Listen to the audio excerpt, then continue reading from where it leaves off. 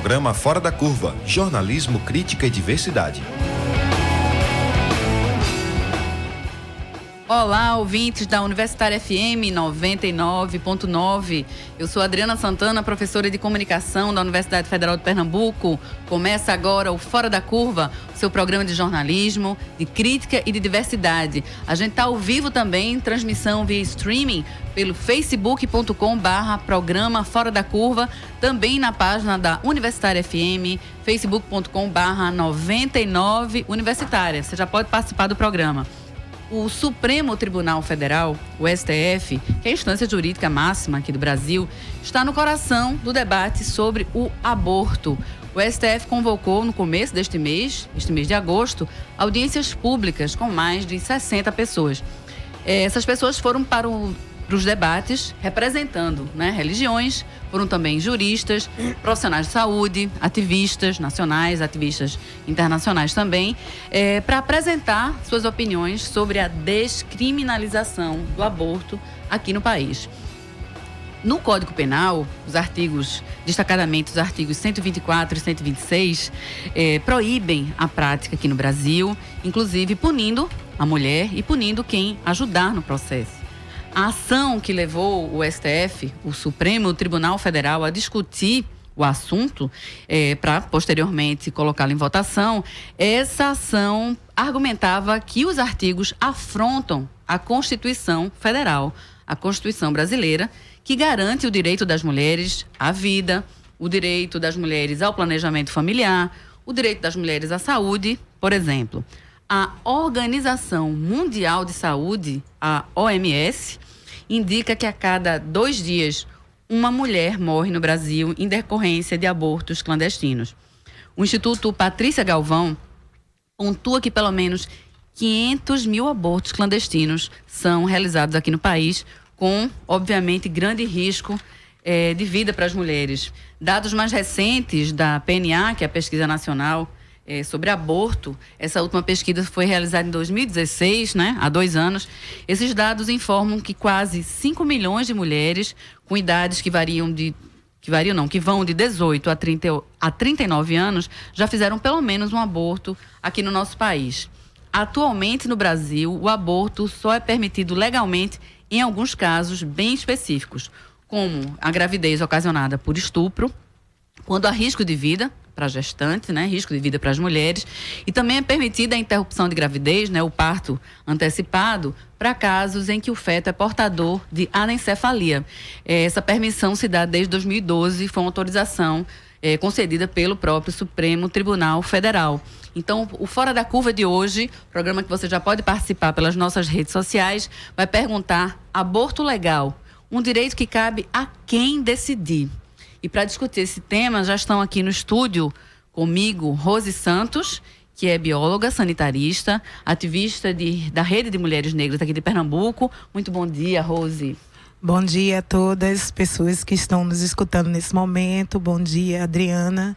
Bom dia, Cecília. Bom dia, Carol. Obrigada pela presença. Aqui também conosco, já presente no estúdio aqui em Santo Amaro, no Recife, Cecília Nascimento, que é mestre em Sociologia. Cecília também é educadora social e integrante da Coletiva das Vadias. Não é isso, Cecília? Bom dia. É isso, bom dia a todas, bom dia a todo mundo que está escutando a gente.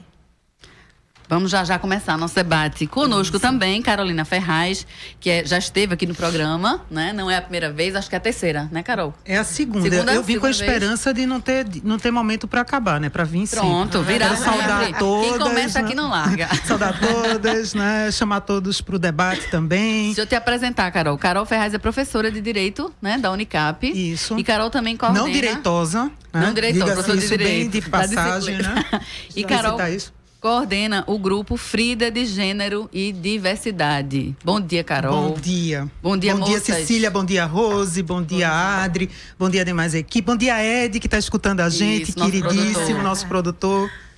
Vamos embora. Eu queria começar perguntando a Rose, que é da área de saúde. Eu queria perguntar se o aborto não deveria ser tratado como questão de saúde pública.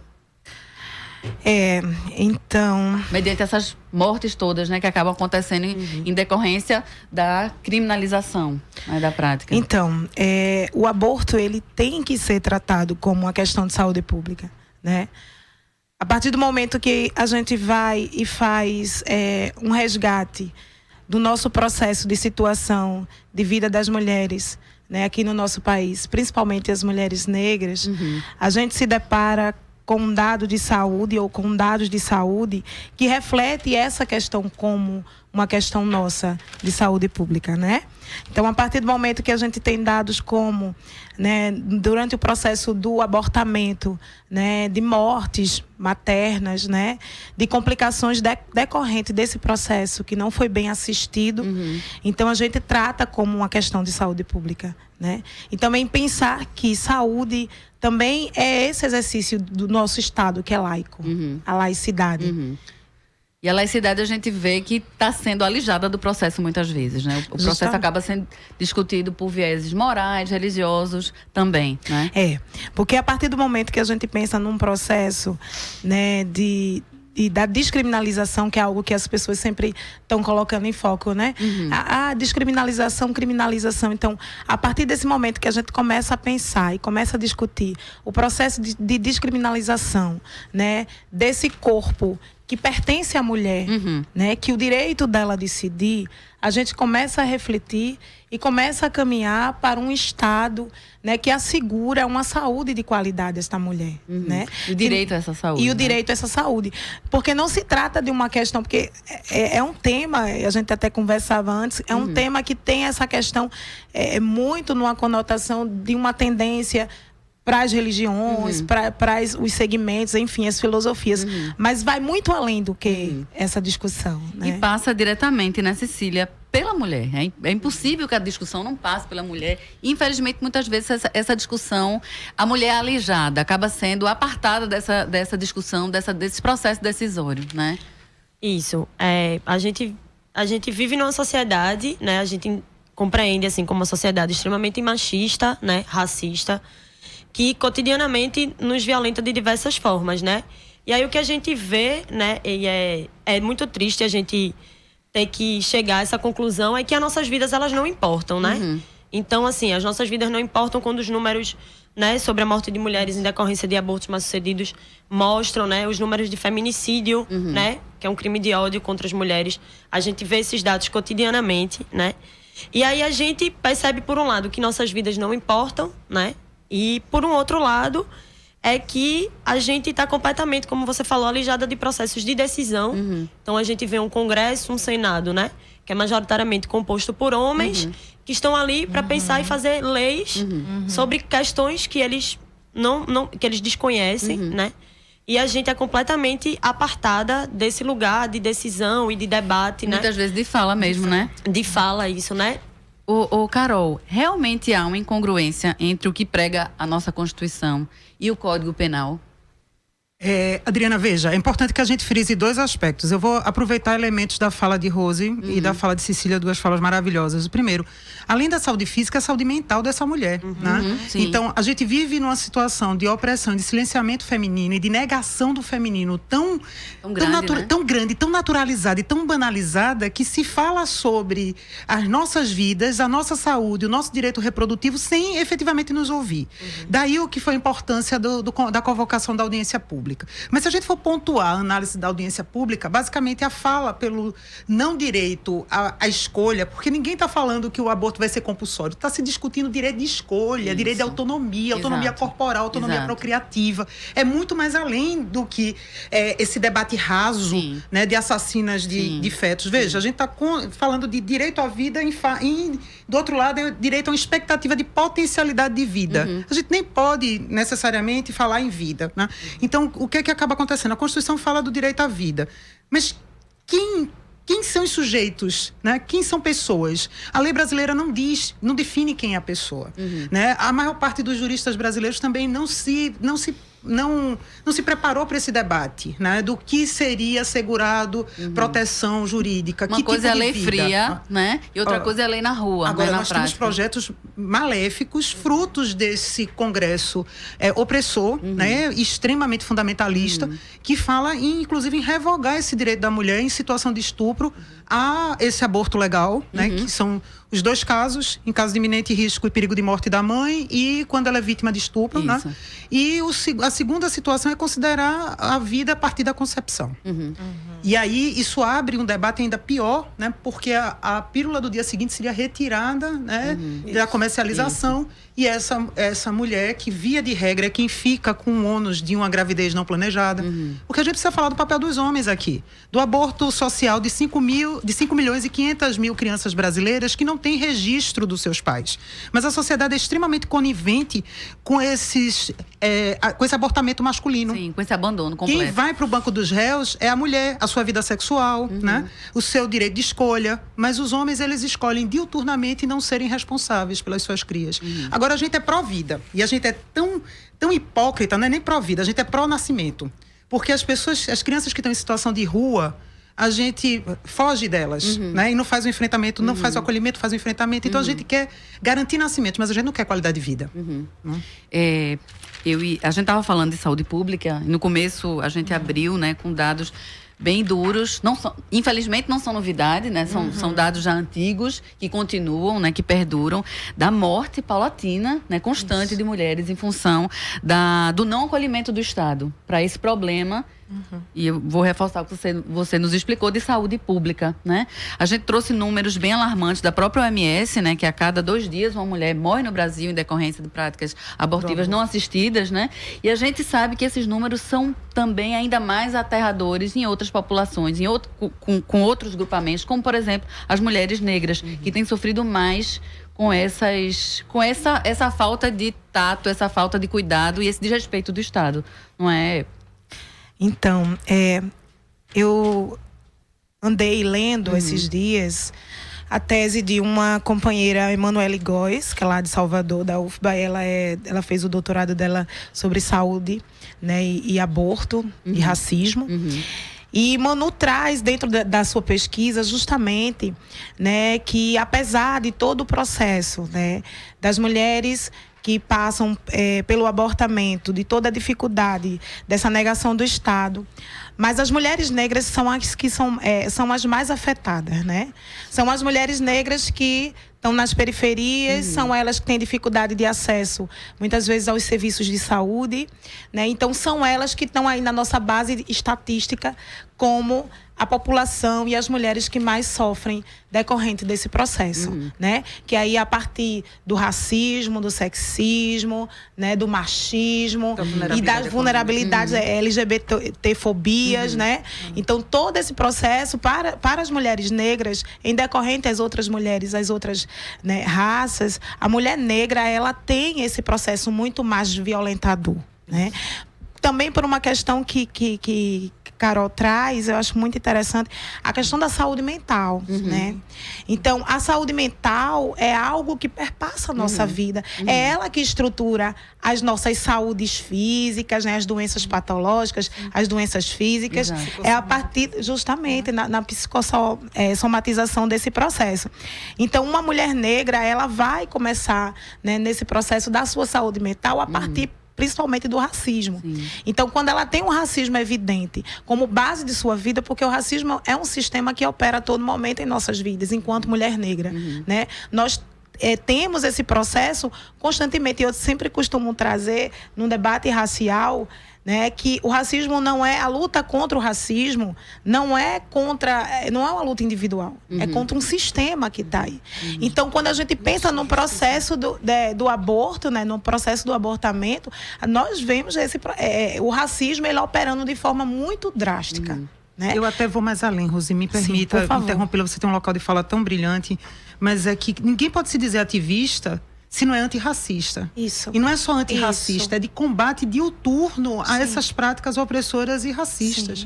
Então, é preciso que a gente olhe. O papel da mulher negra numa sociedade opressora é um papel de hipervulnerabilidade. Ela é desejada, ela é objetificada, ela é coisificada, mas ela não tem acesso ao mínimo existencial. A dignidade da mulher negra, ela é violada desde o momento da primeira respiração até o final da sua vida.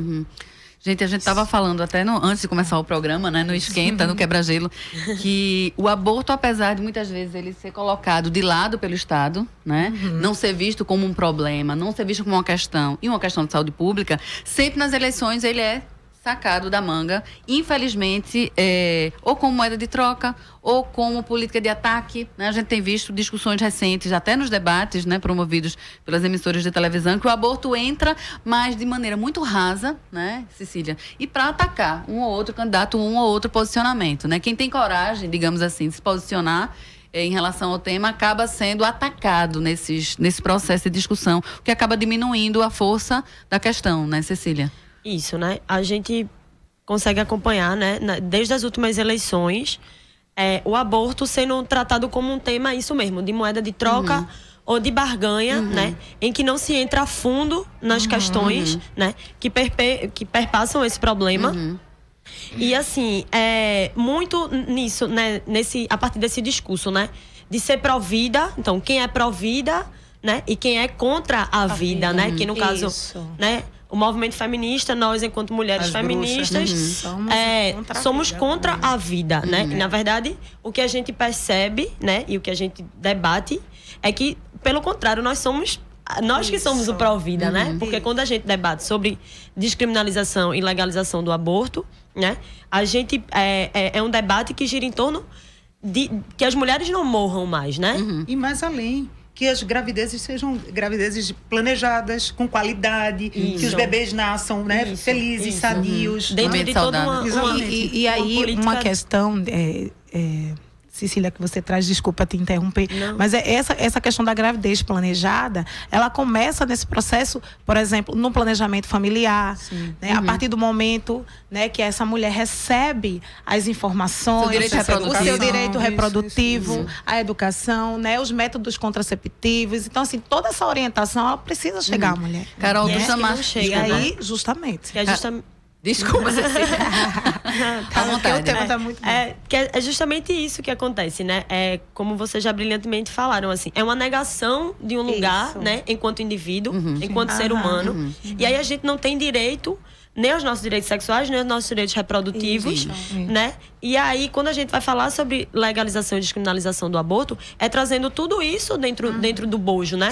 Educação sexual, planejamento familiar, né? E a gente tem exemplos muito positivos de países que legalizaram, né? Uruguai, né? Que pertinho da gente, né? Com dados, inclusive, muito positivos. Muito positivos. Eu vou chamar aqui meu produtor, Fábson Gabriel. Daqui a pouco, Fábson quer vir agora não. Ele tem uns dados sobre o Uruguai, né? E dados de números de países que promoveram a descriminalização do aborto. Tem um dado que é melhor deixar, né, quando ele falar, mas tem um dado que chama muita atenção, é que mulheres que queriam abortar e que não estavam certas disso, porque o que a gente quer? Um aborto seguro, que essa mulher não aborte. Informado, né? Exatamente. E seja uma decisão precipitada. Se ela tiver um acolhimento do Estado, isso vai ser impedido. Exatamente. Então tem dados que mulheres que se aperceberam que essa não era a sua verdadeira decisão, esses bebês nasceram muito mais saudáveis do que mães que sempre planejaram essa gravidez. Por quê? Porque teve acolhimento, porque tiveram assistência pré-natal de qualidade. Isso, Carol, você estava chamando os homens à responsabilidade e apareceu um homem aqui. Que bom. Né? Que bom. Nos perguntando o seguinte, fora da curva, vocês falaram, a gente virou entidade. Que bom, fora da curva. Vocês falaram do papel do homem nesse debate, então eu pergunto, como é que a gente pode incluir e conscientizar nós, homens, nesse debate, Carol? Primeiro, a educação de gênero de qualidade nas escolas, nas universidades. A gente precisa chamar para o debate, veja, local de fala é nosso e é importante. Eita, acabei de fazer um acidente aqui, derrubei água, viu, pessoal? Tá aparecendo aí no vídeo de vocês, é verdade. E aí é importante a gente fazer um chamamento, né, de responsabilidade, mas lembrando que o local de fala é nosso. Sim. Essa é uma discussão pertinente às mulheres. Os homens são pró-feministas, mas feministas é um local de fala nosso. Então nós estamos falando enquanto conscientes, porque eu chamei a atenção inicialmente para aquele papel, né, da audiência pública, Sim. que homens foram falar sobre a situação de abortamento. Eles não têm útero, eles não têm ovário, né? Então, nenhuma mulher pode ser coagida por um homem a ter um filho contra a sua vontade. Então, quem parte para essa discussão do pró-nascimento acaba esquecendo desse pequeno detalhe, né, dessa circunstância. Então, sim, sejam presentes, sejam companheiros, porque se a gente for em clínicas clandestinas, e todo mundo sabe que existe, a gente sabe até mapear e a gente sabe os valores na grande Recife, mais ou menos, em decorrência da proximidade com bairros mais de elite ou menos de elite. Então, não deixe essas mulheres sozinhas, porque quando a gente vai nessas clínicas clandestinas, elas estão lotadas de mulheres, pouquíssimos homens. Sozinhas. Né? Acompanhem na questão de escolha de contraceptivos. Sejam pais presentes, seja pai de Facebook, nem pai de Instagram, né? Nem pai pensão alimentícia. Sejam pais presentes, porque existem crianças que são abortos vivos para os seus pais, que são quinzenalmente lembradas da sua condição de filhos. Mas, Quando muito, né? E quando muito. E que não são existencialmente consideradas na vida dos pais, né? Ou seja, são hóspedes de luxo. Sim. Né? Chegou uma pergunta aqui de Nathalie Queiroz, que eu acredito que seja destinada a todas nós. Quem puder responder, por favor. Gostaria de saber como está a tramitação da ADFP 442. Carol, isso é tua seara. E quais devem ser os próximos passos? Me livre dessa. Vai lá, Carol. Veja, eu sou péssima com números. Essa DPF é a da Bolsa Estupro. 442. Nathalie, se está nos escutando, peraí, eu já abri. localiza aí pra gente. A DPF 442 foi essa da audiência, Da audiência pública, do Código Penal de Criminalização do Aborto. Justamente. Ainda não foi julgado, né? Foi chamado como uma espécie de esclarecimentos que autoridades que estudam Se né, posicionam, Foram né? duas audiências, não é? Foram duas audiências, audiências. 3 e 6 de Isso. agosto. Né? Isso mesmo. E ainda não foi feito o julgamento. Eu acho que vai entrar em pauta, se eu não me engano, é semana que vem. Eu né? acho que sim. Não é? Me diga uma final coisa, de e há agosto, prazo, gente, para uma próxima audiência ou para uma vai ter decisão, mais para uma audiências. votação, Agora não? é votação. Agora é Pode ser votação, adiado. Pode ser tirado de pauta, pode ser adiado. Normalmente é um recurso que os ministros fazem quando pega muito fogo, para que eles se eximam de responsabilidade social, eles tiram de pauta. Né? Então ainda pode acontecer isso. E De considerando que retirada de a relatora é a ministra Rosa, e é horrível dizer isso, né? E que ela tem se pautado ultimamente por posturas incongruentes, né? É possível que ainda seja tirado de pauta. Ainda essa possibilidade. Ainda Sim. essa possibilidade. Gente, tem vários comentários aqui.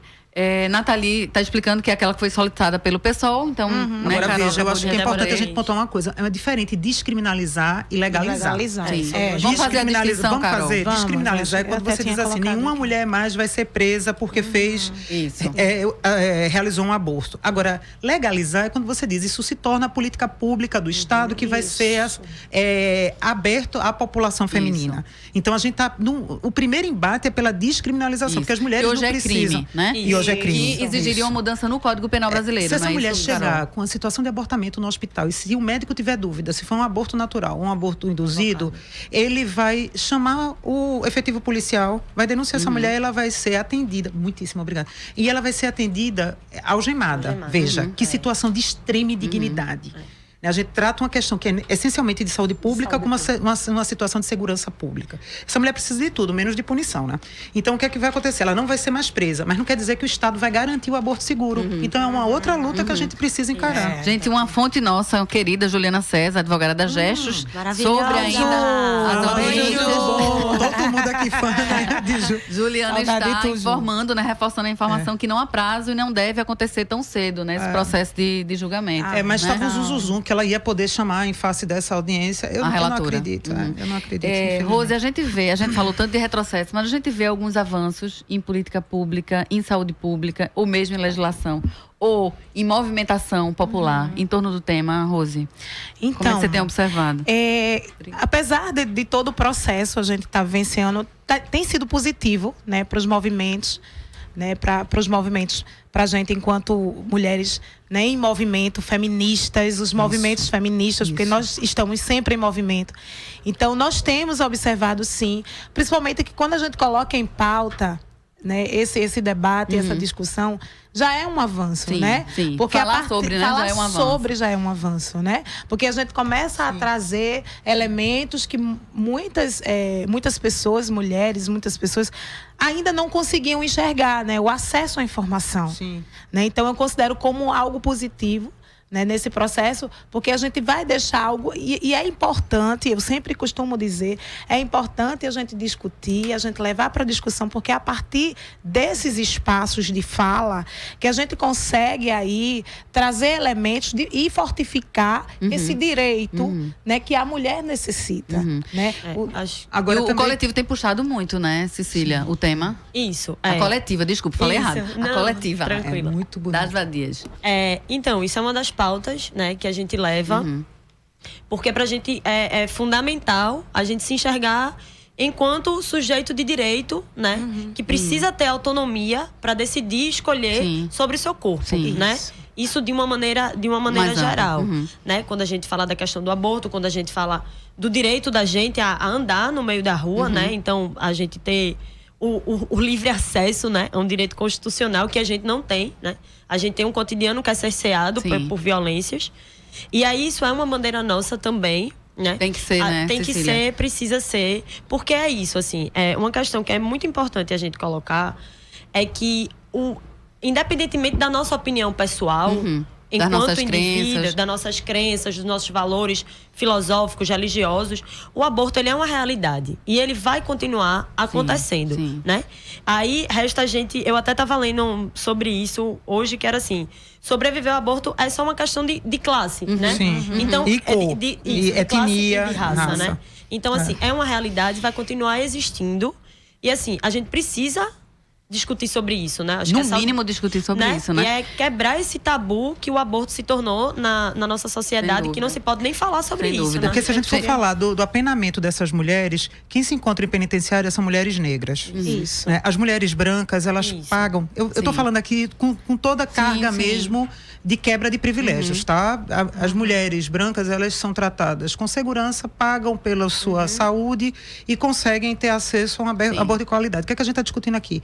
Que todas as mulheres que Tem assim direito. o quiserem tenham direito a isso, independente de sua etnia, de sua vulnerabilidade econômica, de sua expressão de sexualidade, de muitos outros fatores. Gente, Eu quem vem queria- agora da produção, passar aqueles dados, ninguém quer vir, ó. Então eu vou ter que chamar os Adriana, eu nossos queria só intervalos. Já, fazer já. um Diga, querida. acréscimo. E aí, a fala de Carol é bem provocativa, porque eu lembro muito de uma temática, um debate que a gente está pautando com as mulheres, das mulheres negras dentro dos movimentos, que é o encarceramento da mulher negra, né? Em a massa, mulher, né? Justamente. E o encarceramento em massa. Então, essa é uma temática que a gente traz para discussão. E quando a gente pensa sobre o que a gente está discutindo aqui, o encarceramento, ele se dá, né, num contexto integral. Então, assim, e o que é legal é poder, por exemplo, enquanto Rede de Mulheres Negras de Pernambuco, a gente está atuando dentro do estado de Pernambuco e principalmente em comunidades aqui em Recife, né, região metropolitana, aonde as mulheres, né, por exemplo, a gente tem atuado muito na comunidade de Passarinho, né, no entorno de Passarinho, que tem um coletivo de Cleia, né, um beijo, Cleia, acho que ela está escutando as Minas de Passarinho, né? Opa, Passarinho. Beijo, passarinho. Beijo, mulheres guerreiras, mulheres empoderadas e que elas trazem, né? E é interessante você discutir com mulheres, como as mulheres de Passarinho, né? Que tem esse processo vivenciado dentro de Na um prática. local, que dentro de um bairro que elas não têm acesso, né, às políticas básicas públicas no seu contexto cotidiano e discutir, por exemplo, o aborto. Então, assim, como é bom e como é resultados, como você perguntou, né? Resultados positivos. Sim, Então, de avanços. justamente. Então, esse debate do encarceramento em massa é algo que a gente tem discutido, tem pautado muito, quando a gente faz aí o recorte, né, para as mulheres negras, dizendo que nós, mulheres negras, é que estamos aí, infelizmente, na ponta do iceberg, em tudo que é de Rose, e estatística, vê a diferença. né? As salas de aula estão bem esbranquiçadas, Isso. mas os corredores do sistema prisional, Justamente. né? ele tem Isso. ele tem etnia, ele tem cor, né? Ele tem vulnerabilidade econômica. Então isso é muito importante falar. Agora, fora esse apenamento da mulher de abortamento, que faz um abortamento, que está numa situação de abortamento, nós temos o apenamento da mulher que defende o direito de escolha. direito de Veja o escolha. que a Débora Diniz está passando. Ela foi vítima de ameaças de grupos fundamentalistas, porque a gente está vivendo uma época de caos, de ódio, né? E tudo que é diferente a gente quer aniquilar, e as mulheres são prova disso, da diferença, e querem silenciar uma das principais pensadoras, né, contemporâneas da sociedade brasileira, porque ela ousa se levantar a favor do direito de escolha. Gente, antes de entrar num rápido intervalo, eu vou ler aqui depoimentos de alguns ouvintes. Ed Júnior de novo. Vocês perceberam que no debate público, a gente responde na volta do intervalo, que debater o aborto foi composto de a favor usou argumentos científicos e os contras se pautaram em argumentos religiosos. A gente responde na volta. E tem também Ju Dolores falando o seguinte: precisamos falar sobre as questões que envolvem a legalização do aborto, tanto e tanto, até que as pessoas o façam sem emoção e sem crenças apenas individuais. Para as pessoas entenderem, segundo Ju Dolores, que cada pessoa vai poder decidir o que fazer e achar o que faria, mas não pode colocar suas crenças na decisão dos outros. Muito obrigada, Dolores, Ju e Ed, pela participação. A gente vai entrar num intervalo rapidinho e voltamos já já. Fora da Curva, jornalismo analítico na Rádio Universitária, a nossa rádio pública.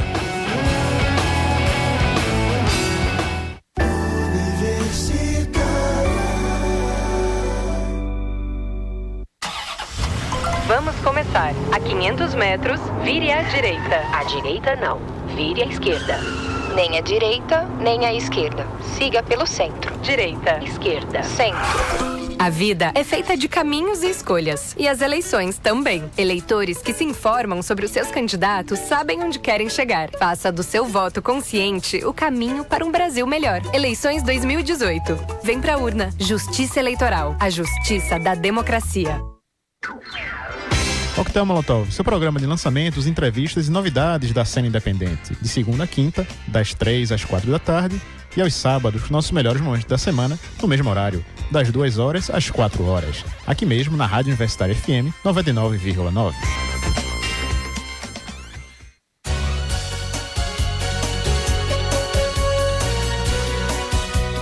TV Universitária, canal 11.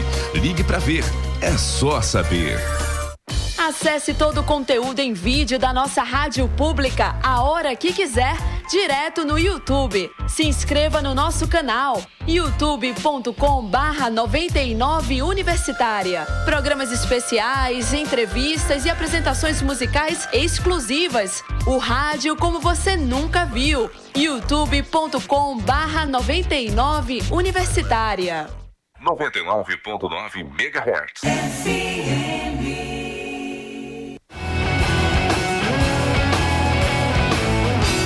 Programa Fora da Curva. Informação a serviço da maioria.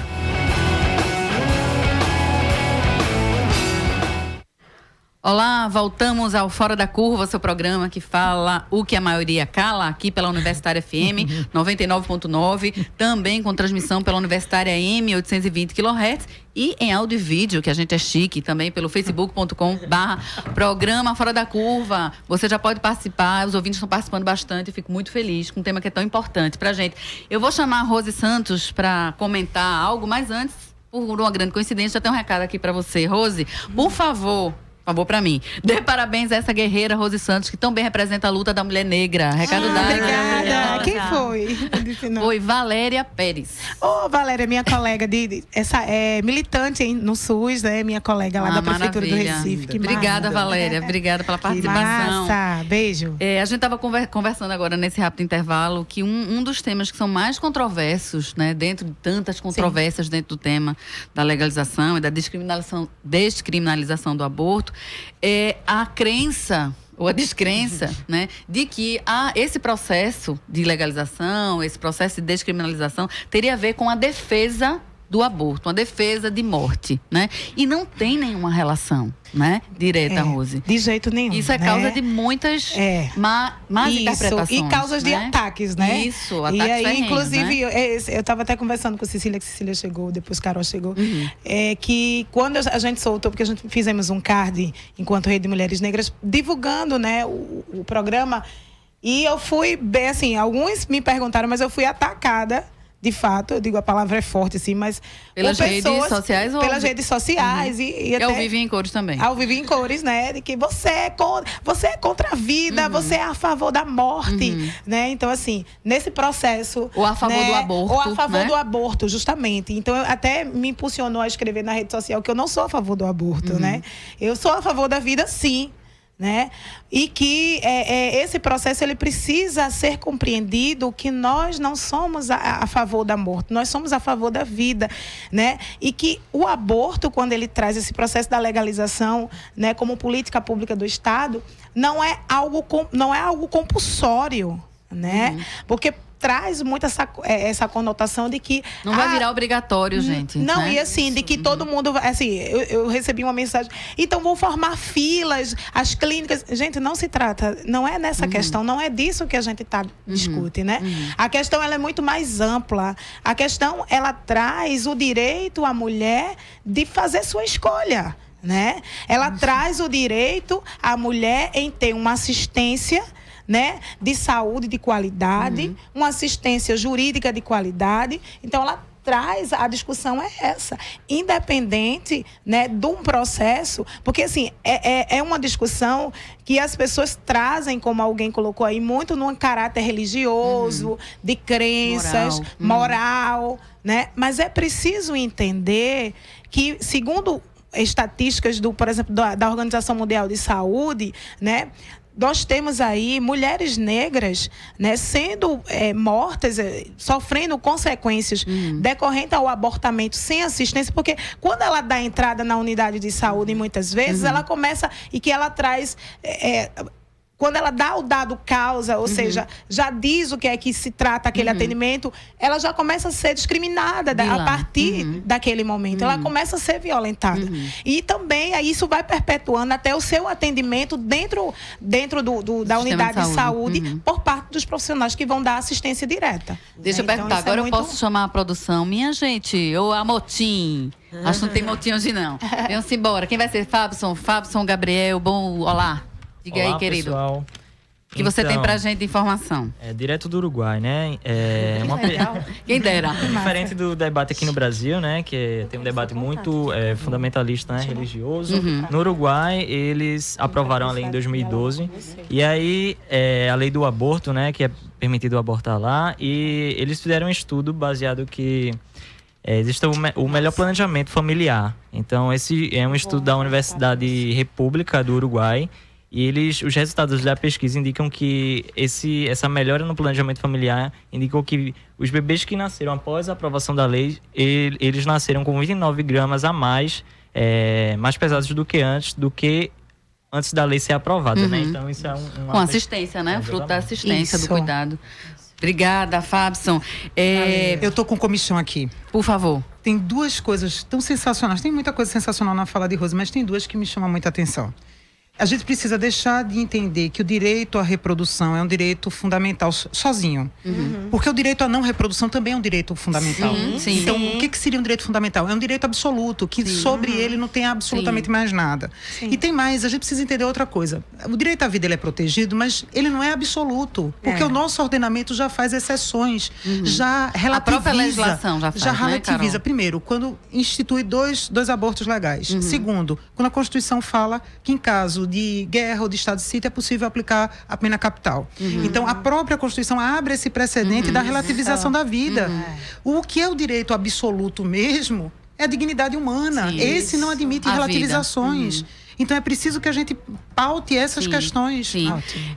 Eu queria, Cecília, que a gente tentasse responder, comentar um pouquinho aquele questionamento do ouvinte, que eu já me perdi aqui, que são tantos os comentários, né? Científicos.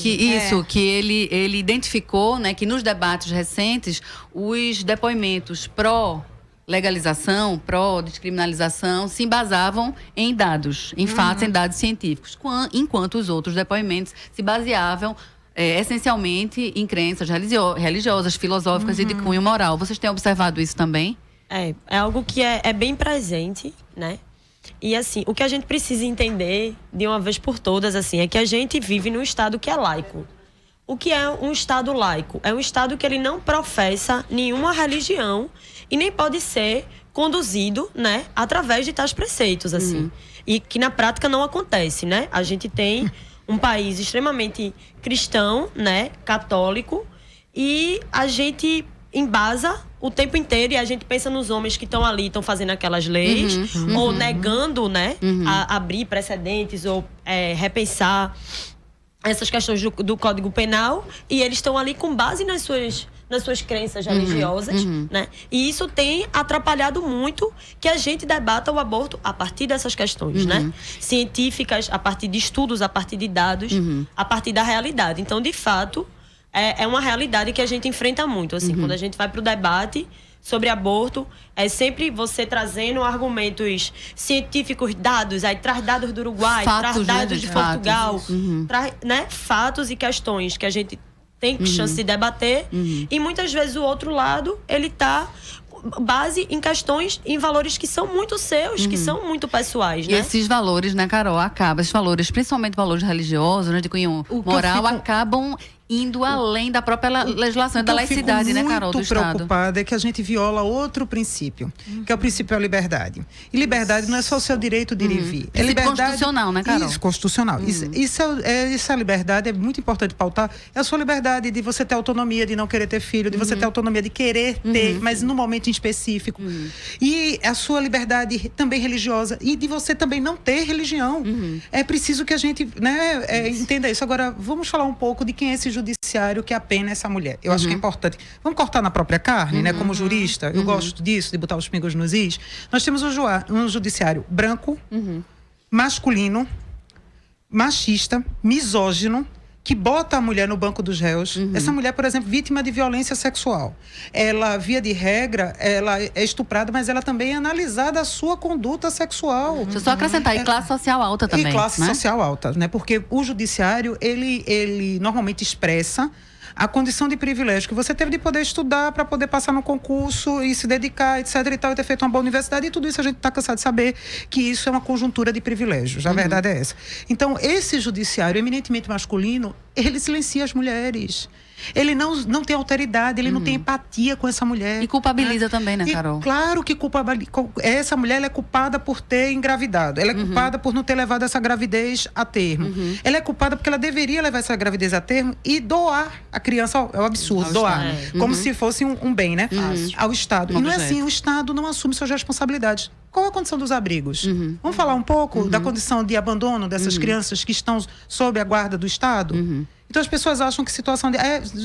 tem um filho, não assassine crianças, é a satanização da diferença, né? Porque quem pensa diferente, na verdade, nem é humano. A gente tem que silenciar, tem que aniquilar. É um pária, né? É um pária. Eu queria chamar nossa querida Débora Rodrigues, aluna de jornalismo e bolsista aqui do Fora da Curva. Olá, Débora, diga aí o que é que você tem pra gente. Bom dia, ouvintes da Rádio Universitária. A gente tem uma novidade agora no Fora da Curva, que a gente tá com uma parceria com a Marco Zero Conteúdo. Estamos desenvolvendo um projeto de checagem sobre os candidatos, que é o Truco Eleições. E agora a gente vai lançar o primeiro episódio dessa série e vocês vão ouvir. Vamos escutar lá. Valeu, Débora. Seu candidato está falando a verdade? O projeto Truco Eleições 2018 checou as informações. Olá, ouvintes. Aqui quem fala é Raíssa Abraim, da Marco Zero Conteúdo. Nessas eleições, a segurança pública vai ser um tema bem sensível. Então, fomos checar o que disse Paulo Câmara, que é governador de Pernambuco e candidato à reeleição pelo PSD. Ainda durante a pré-campanha, Paulo usou sua página oficial no Facebook para destacar a queda recente dos homicídios aqui no estado. O candidato deu a seguinte declaração: pelo 7º mês consecutivo, o número de crimes letais intencionais caiu em Pernambuco. E o truco foi lá verificar. Segundo dados da Secretaria de Defesa Social, a SDS, a quantidade de assassinatos realmente caiu de dezembro a junho, na comparação com os mesmos meses dos anos anteriores. Porém, mesmo o governador tendo citado dados corretos, o truco atribuiu à declaração de Paulo o selo de sem contexto. Isso porque faltou na declaração do candidato falar mais sobre o contexto, que é importante para a gente compreender esses fatos. Quando Paulo diz a frase, pelo 7º mês consecutivo, o número de crimes letais intencionais cai em Pernambuco, ela lida de uma forma isolada, sugere um cenário de segurança que é diferente do cenário que a gente observa se analisar a questão de uma forma mais ampla. Ao checar os dados da SDS, o truco viu que o número de homicídios ainda é bem elevado aqui em Pernambuco, quando comparado a uma série histórica de ocorrências desde o início da atual gestão de Paulo, em janeiro de 2015, e principalmente desde o início do programa Pacto pela Vida, em 2007. Então, desde 2014, que foi o último ano da gestão Eduardo Campos, os números da violência cresceram ano a ano aqui em Pernambuco, até que explodiram no ano passado, quando mais de 5.000 pessoas foram assassinadas. Apesar dessa recente redução que a gente viu agora em 2018, a violência continuou bem alta. Então, para vocês terem ideia, de janeiro a junho, foram assassinadas mais de 2.000 pessoas. Quando a gente olha para o contexto nacional, esses dados de Pernambuco também são bem preocupantes. A gente foi checar o Anuário Brasileiro de Segurança Pública e viu que no ano passado a taxa de homicídios no estado era de 57 por 100 mil habitantes, contra uma média nacional que era de 31 no mesmo período. Então, Pernambuco está hoje ocupando o 4º lugar no ranking de estados mais violentos do país. E em 2014, para vocês terem uma comparação, a gente ocupava o 11º lugar. O Projeto Truco, ele abre espaço para que os candidatos ou as equipes também se posicionem. Então, ao ser informada do resultado da checagem, a assessoria de Paulo discordou. Disse que a afirmação do governador estava absolutamente correta, como mostram os dados do SDS, e aproveitou para reforçar que os dados de julho, que foram publicados no último dia 15, mostram já uma 8ª redução mensal consecutiva. A assessoria também aproveitou para colocar que a média diária de homicídios desse ano está ainda abaixo da registrada em 2006, quando Mendonça Filho estava à frente do governo do estado, e também abaixo da média anotada no primeiro ano do Pacto pela Vida, em 2007. A campanha de Paulo também frisou que os crimes contra o patrimônio também vêm caindo em todas as modalidades, como assalto a banco e assalto a ônibus. Para saber mais, acesse o site marcozero.org, lá você confere todas as checagens feitas em Pernambuco até agora. Truco Eleições 2018, uma parceria da Marco Zero Conteúdo com o programa Fora da Curva. Escutamos agora a coluna Truco Eleições 2018, com uma parceria do programa Fora da Curva com o Marco Zero Conteúdo.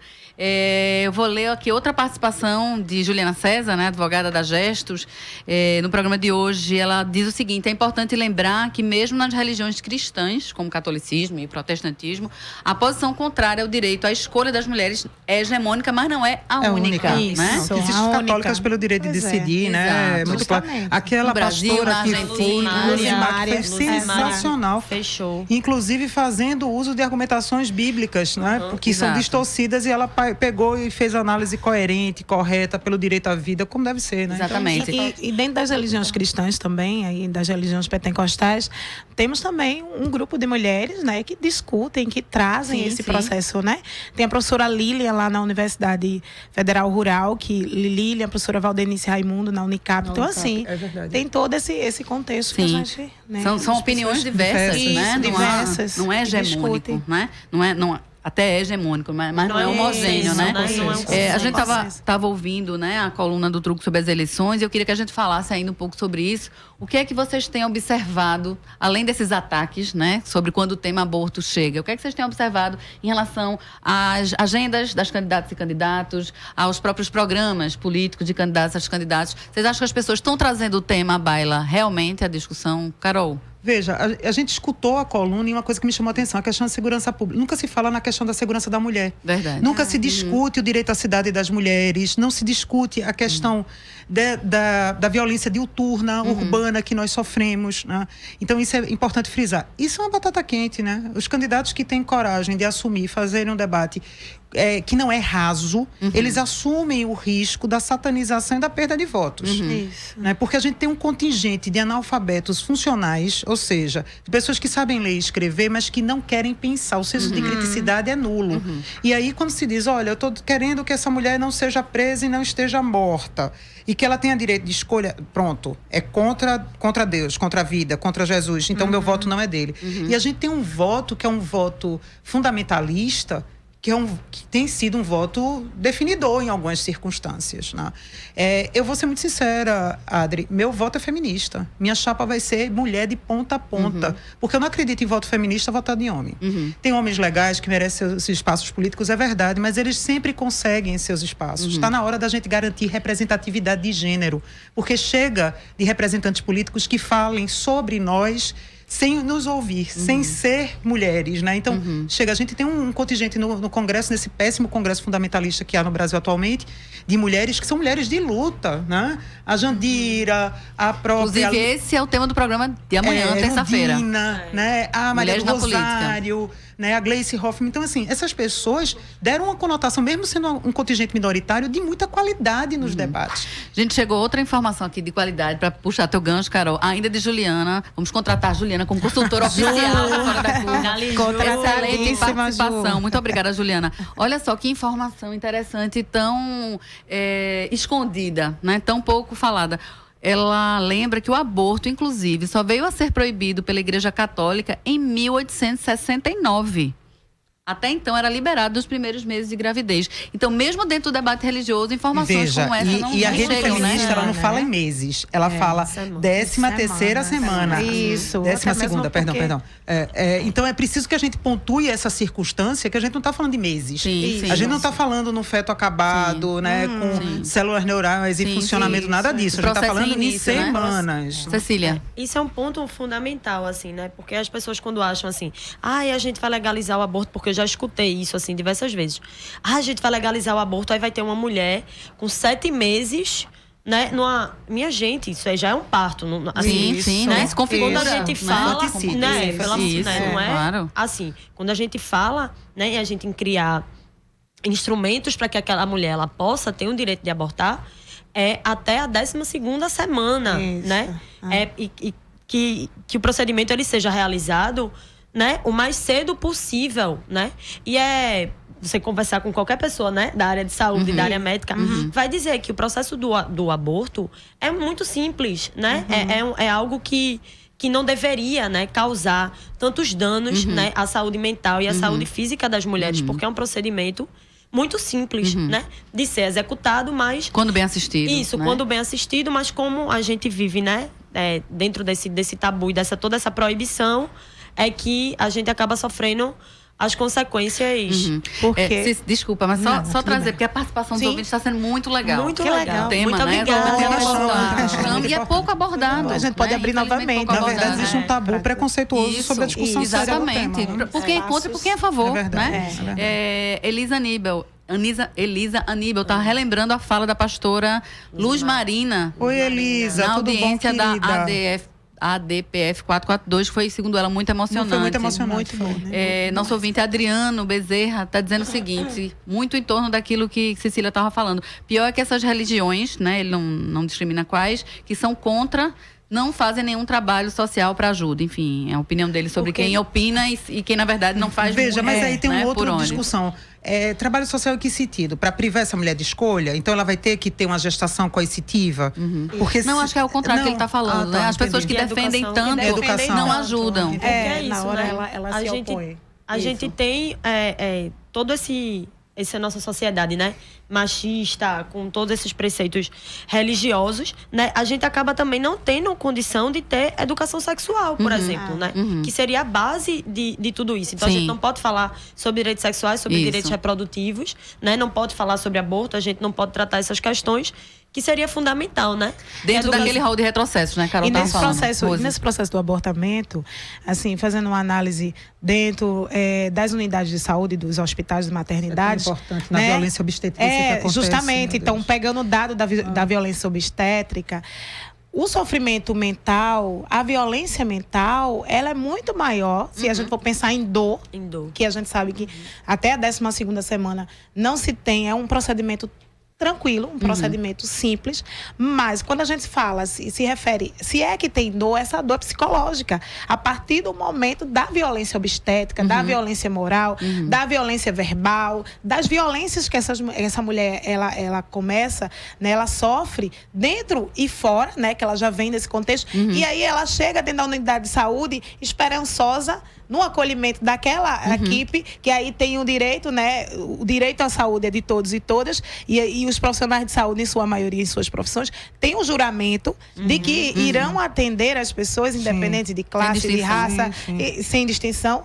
E a partir desse momento que ela pensa nesse contexto e chega na unidade de saúde e ela vê que a coisa é muito diferente, que perpetua dentro daquele espaço, né? Que deveria ser um espaço de acolhimento, de assistência, de solidariedade, de empatia, de cuidado, né? Então, ela aí vai ser, né, vai ser negado todo todo esse direito. Vai ser discriminada, Então, né? essa violência, ela é muito mais psicológica, mental do que física. E as mulheres negras, elas é que estão aí dentro desse contexto. Mas né? existem relatos, né, Rosa, A maioria, de mulheres, né, na verdade, em que chegaram em situação de abortamento, não era possível identificar se era natural ou induzido, e foi feito curetagem sem anestesia. Elas foram colocadas em enfermaria junto com mães, com seus bebês, numa tortura psicológica. Eu acho que uma pessoa dessa não pode ser chamada de médico. Né? Se alguém que tem um condutor de terapias para aniquilar a dor, então pelo menos acolher aquele paciente no melhor tratamento de acolhimento que ele pode oferecer, como é que é feita uma coisa dessa? Porque ele se julgou um juiz sem direito ao contraditório nem à ampla defesa dessa mulher e condenou essa mulher a um tratamento de tortura para puni-la pelo... E ainda tem essa classificação, só um detalhe. Carol trouxe um elemento muito rico, que é essa questão de ser induzido ou natural. Ainda tem isso, né? Porque fica das equipes de saúde. Será que foi induzido? Será que foi natural? Então, até nesse momento a mulher vai sofrer violência. Mas a presunção de culpa, né? Sempre a presunção de culpa da mulher, né? Sempre. Ela sempre é suspeita.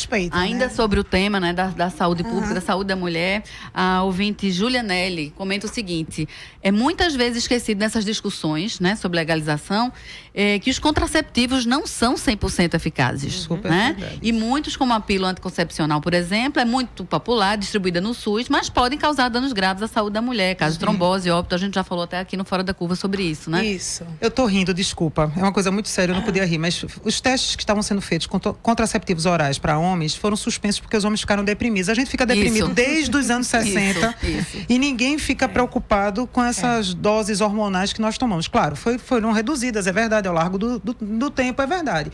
Mas, de verdade, a contracepção também é um problema feminino. Sim. Porque se espera que a mulher cuide desse pequeno probleminha. Porque o prazer, a satisfação e o gozo é assegurado ao ente masculino. As mulheres, a responsabilidade. Tem uma questão aqui que eu queria que tu comentasse, Cecília, de Natália Paiva. Até o próprio, segundo Natália, né? Até o próprio planejamento familiar é ligado a uma lógica essencialmente machista, né? Aquilo que a gente falava agora. Pois precisa de uma assinatura do homem por conta dessa lógica da família nuclear, né, Cecília? Isso. É muito... Quando a gente fala, né, de planejamento familiar e a gente fala, por exemplo, de mulheres jovens, né? Quando elas conseguem chegar, né, nesse posto de saúde ou nessa unidade para ter um atendimento, né? São sempre bombardeadas com isso, né? Vamos tomar contraceptivo, vamos tomar injeção, né? Que garante bombardeio hormonal, porque parte desse princípio de que ela vai esquecer, ela não vai tomar a responsabilidade, né? De cuidar, né, da sua saúde sexual e reprodutiva, mesmo ela sendo casada ou tendo um parceiro fixo. É a responsabilidade dela. Então, assim, vamos garantir que essa menina, ela não engravide, né? Então, vamos injetar bem muito hormônio nela, né? E você, um outro ponto também que você percebe é que nesses planejamentos familiares são só as mulheres que estão, né? Elas que estão ali. Né? A responsabilidade das mulheres, mas o direito de escolha, não. Não, Cecília, você não acha que é por conta da flexão do verbo cuidar flexiona no feminino? Exatamente. Quem cuida são as mulheres. E se espera que as mulheres parem suas vidas, aniquilem seus sonhos, porque elas precisam ser as cuidadoras de tudo e de todos. E aí entra uma questão, porque é muito provocativo, tema muito bom, do processo romantizado, né? Por exemplo, a gente está no mês de agosto, é o mês da amamentação, né? O agosto dourado. A amamentação, né, nós sabemos que é um processo de extrema importância para a criança, para a mãe também, né, num processo de ser um alimento seguro, tem todas as questões de saúde, né, garantida à criança. Mas nós sabemos que a amamentação, ela é dolorosa. Sim. Então é importante que essa mulher tome consciência e tome conhecimento, na verdade, de que a amamentação não é um processo romantizado, um sonho que ela vai em órbita, né? Porque eu já vi e se ela se sentir mal, é humano que ela se sinta mal. É humano que ela solicite ajuda. Rose, né? Eu amamentei meu filho durante 3 anos. Nos primeiros 15 dias... Meu filho chorava para comer, eu chorava junto, porque eu sabia a violência que seria. Depois de superar a formação de bico, etc e tal, é um prazer, uma relação de vinculação. Hoje, nós nos olhamos, eu sei o que ele pensa, ele sabe o que eu sinto. Mas veja, às custas de muito sofrimento dele e meu, né? E é um processo físico. Claro, né? Doloroso, sangra, racha bico. Mas dá trabalho. E que precisa de uma assistência. Se você fez uma gente, cirurgia... tá terminando não Fora da Curva. Não, a gente não quer sair. terminando só agora, que amanhã a gente tem de novo. Eu queria agradecer bastante a Rose, Carol, Cecília. Sintam-se sempre à vontade para voltar a gente e para tem que sugerir. agradecer, primeiro, que vocês continuam trazendo pautas que são excluídas da programação de rádios comerciais. Segundo, é um programa corajoso, afrontoso, independente. Adoro, afrontosa. Afrontosa e simples. Então, nós todas nos sentimos contempladas por quem tem coragem. E é preciso que se tenha espaços como esse para que a gente possa falar assim, sempre. Carol, coragem não nos falta. Rapidinho também, eu queria agradecer o convite, né? E também parabenizar e potencializar, né? Esse espaço de fala em nome da Rede de Mulheres Negras de Pernambuco, né? Nós agradecemos e estamos à disposição para outras temáticas.